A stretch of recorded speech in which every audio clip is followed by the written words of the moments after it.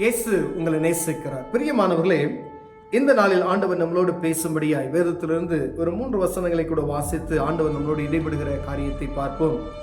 அது 1 யோவான் புஸ்தகம் 2வது அதிகாரம் 14 2வது பகுதியிலிருந்து வாசிக்கிற. வாலிபரே, நீங்கள் பலவான்களாய் இருக்கிறதினாலும் தேவ வசனம் உங்களில் நிலைத்திருக்கிறதினாலும் நீங்கள் பொல்லாங்கனை ஜெயித்ததினாலும் உங்களுக்கு எழுதுகிறேன். உலகத்தில் உள்ளவைகளிலும் அன்பு கூறாதிருங்கள். ஒருவன் உலகத்தில் அன்பு கூர்ந்தால் அவனிடத்தில் பிதாவின் அன்பு இல்லை. ஏனெனில் மாம்சத்தின் இச்சையும் கண்களின் இச்சையும் ஜீவனத்தின் பெருமையும் ஆகிய உலகத்தில் உள்ளவைகள் எல்லாம் பிதாவினால் உண்டானவைகள் அல்ல, அவைகள் உலகத்தினால் உண்டானவைகள். உலகம் அதன் இச்சையும் ஒளிந்து போ. தேவனுடைய சித்தத்தின்படி செய்கிறவனோ என்றென்றைக்கும் நிலைத்திருப்பான். வாலிபரை, நீங்கள் பலவானாய் இருக்கிறதினால் உங்களுக்கு எழுதுகிறேன் என்று யோவான் எழுதுகிறதை நாம் இங்கு பார்க்க முடிகிறது. பிரியமானவர்களே, ஒவ்வொரு வாலிப பிள்ளைகளுக்கு ஆண்டவர் பேசுகிறது, உன் வாலிப பிரயாயத்தில் சிருஷ்டிகரை நினை. ஏன் வாலிப பிரயாயத்தில் சிருஷ்டிகரை நினைக்கணும்னு சொல்லி அழுத்தம் திருத்தமாக சொல்லப்படுகிறது என்றால், வாலிப பிரயாயத்தில் நம் உலகத்தினுடைய காரியத்திற்குள் ஓடுகிறபடியினாலே நம்முடைய கண்களின் இச்சை, மாம்சத்தின் பெருமை, இவைகள் சொல்லப்பட்ட இந்த காரியப்புறம் ஜீவனத்தின் பெருமை, கண்களின் இச்சை, மாம்சத்தின் இச்சை, இந்த வாலிப பிரயாயத்தில் ஒவ்வொரு வாலிபனையும் வாலிப மகளையும் பிசாசானவன் நல்லா அறிந்து கொண்ட பிள்ளைகளை தொடுகிறது நான் பார்க்க முடியுது. மேல ஆண்டவர் எழுதும்போது, வாலிபரே, நீங்கள் பலமான இருக்கிறதினாலும் தேவ வசனம் உங்களில் நிலைத்திருக்கிறதினாலும் நீங்கள் பொல்லாங்கானை ஜெயித்ததினாலும் உங்களுக்கு எழுதுகிறேன். அப்ப ஆண்டவரை அறிந்து கொண்டு பொல்லாங்கானை ஜெயித்ததினாலும் உங்களுக்கு நான் எழுதுகிறேன். இப்படிப்பட்ட காரியத்துக்கு நீங்கள் என்ன செய்யணும்? ஜாக்கிரதை உள்ளாய் இருக்கும்படியாய் நான் வாஞ்சிக்கிறேன் என்று எழுதுகிறதை பார்க்க முடிகிறது. ஏன்னா உலகத்தில் இருக்கிற எல்லா கண்களின் இச்சை, மாம்சத்தின் பெருமை, இந்த மாம்சத்தின் இச்சைகள் எல்லாமே உலகத்தினால் உண்டானவைகள். இது பூராமே ஆண்டவர் உண்டாக்கப்படல, உலகத்தில் அவர்களால் உண்டாக்கப்பட்டது. ஆனா ஆண்டவரால் உண்டாக்கப்பட்டது தேவ கிருபை. ஆண்டவர் சொல்றாரு பாருங்க, உலகம் அதன் நிச்சயம் ஒளிந்து போம், தேவனுடைய சித்தத்தின்படி செய்கிறவனோ என்றென்றைக்கும் நிலைத்திருப்பான். உலகத்தினுடைய காரியத்துக்கு ஏற்றபாடு நாம் செய்தோம்னா என்னைக்காவது அது அழிந்து போகும்.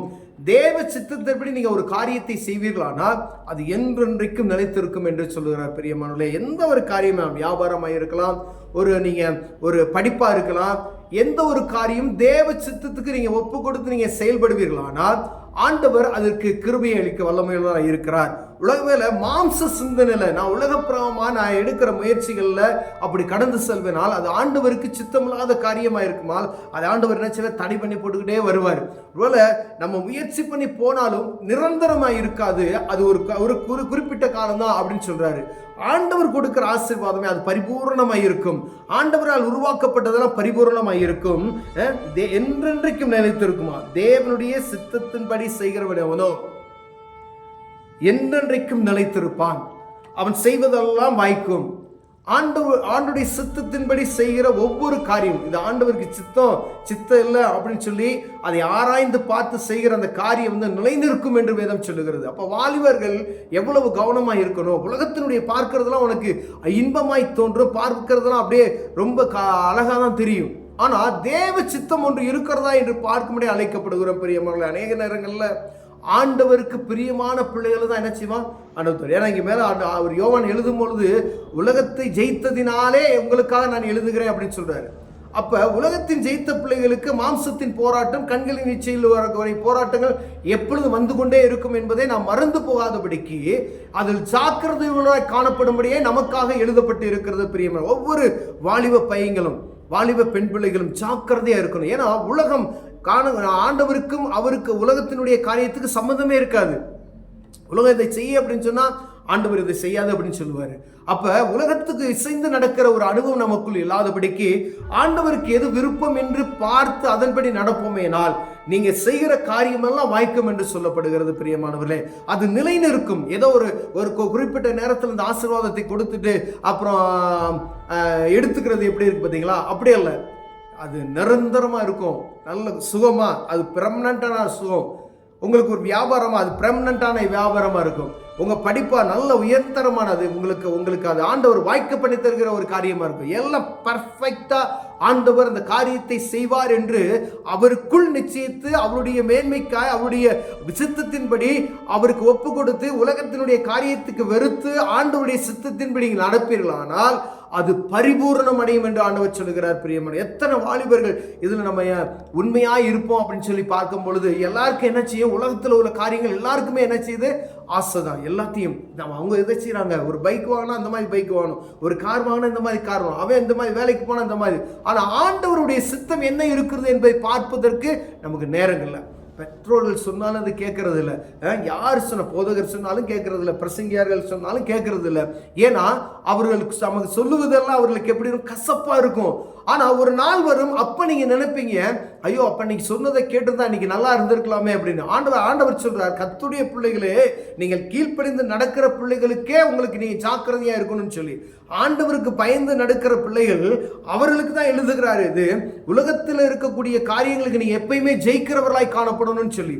ஏன்னா எப்பயும் உங்களை தொந்தரவு செய்கிறது அது ஒன்னாதான் இருக்கும். அதனாலதான் ஆண்டவர் சொல்றார், நீங்க உலகத்தில் வாலிபரே நீங்கள் பலவான்களை இருக்கிறதுனால, தேவ வசனம் உங்களில் நிலைத்திருக்கிறதுனாலும், நீங்கள் பொல்லாங்கானை ஜெயித்ததினாலும் உங்களுக்கு எழுதுகிறேன். அப்ப அங்க ஆண்டவருடைய பிள்ளைகள் ஜெயித்தவர்கள், உலகத்தின் இச்சைகளுக்கும் மாம்சத்தின் பெருமைகளுக்கும் மாம்ச இச்சைகளுக்கும் ஜெயித்தவர்களுக்கு அவர் எழுதுகிற பொழுது இப்படி எழுதுகிறார், நீ கவனமாயிரு, இந்த உலகத்தினுடைய காரியத்துக்கு கவனமாயிரு, ஆண்டவருடைய சித்தத்தை நிறைவேற்றுவதற்கு நீ கவனமாயிரு, தேவ சித்தம் இல்லாதபடி எந்த ஒரு காரியத்தை நீ செய்யாதபடி கவனமாயிரு அப்படின்னு சொல்றாரு. உங்க வியாபாரமா இருக்கலாம், வேலையா இருக்கலாம், படிப்பா இருக்கலாம், திருமண காரியமா இருக்கலாம், தேவ சித்தம் இருக்கா அப்படின்னு சொல்லி பார்க்கணும். இப்ப தேவ சித்தம் இல்லாதபடி இருக்குமே, ஏன்னா அது ஒரு நிம்மதி இல்லாத ஒரு வாழ்க்கையாய் மாறிவிடும். பிரியமானவர்களே, அது நமக்கு தெரியாது, அதை அனுபவிக்கும் பொழுதுதான் நமக்கு அதை புரிந்து கொள்ள முடியும். நீங்க தேவ சமூகத்தில் மீண்டுமாய் நீங்கள் போய் ஒவ்வொரு காரியத்துக்கும், ஆண்டவரே இது தேவ சித்தமா, இதை நான் செய்யலாமா செய்ய வேணாமா, இந்த படிக்கலாமா படிக்க வேணாமா, இங்க நான் போகலாமா போக வேணாமா என்று கேட்டு நீங்க செய்வதனால் உங்களுக்கு அநேக காரியங்கள் மிச்சமாகும். பணம் உங்களுக்கு விரயமாகாது, உங்க நேரங்கள் விரயமாகாது.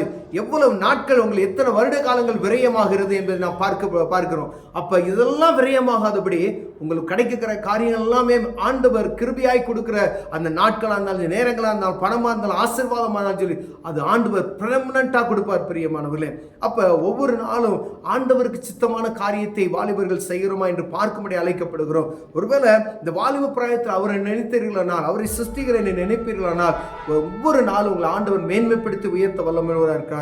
கண்களை மூடுவோம், ஜெபம் செய்வோம். அன்பின் தகப்பனே, அருமையான காலை வேலைக்காய் ஸ்தோத்திரம் ஆண்டவரே. வாலிப பிரயாணத்திலே உண்மையே பற்றிக் கொள்கிற ஒரு இருதயத்தை தாங்க, இயேசுவின் நாமத்தில் பிதாவே, ஆமென்.